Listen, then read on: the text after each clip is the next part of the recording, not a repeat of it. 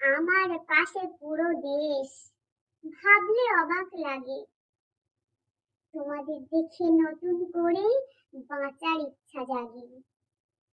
কিন্তু আমি ফিরতে চাই না এই নোংরা পৃথিবীতে। দোষীদেরকে আড়াল করছে নানান অজুহাতে। অনেক অনুরোধ করেছিলাম, প্রাণে মেরো না, কিন্তু তারা আমার কথা কানে নিল না। আমার কথা শুনে তারা অট্ট হাসি হাসলো। আমাকে শেষ করে দিয়েই তবে তারা থামলো। 2-4 দিন রাস্তাঘাটে চলতে থাকবে মিছিল। কিছুদিন পরে আবার দেখবে সব হয়ে যাবে শিথিল।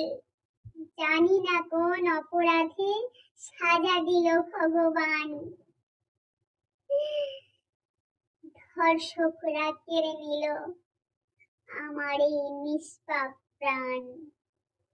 আমি কোনো দোষ করিনি, জানো, আমি কোনো দোষ করিনি। ধর্ষকরা আমাকে মারলো।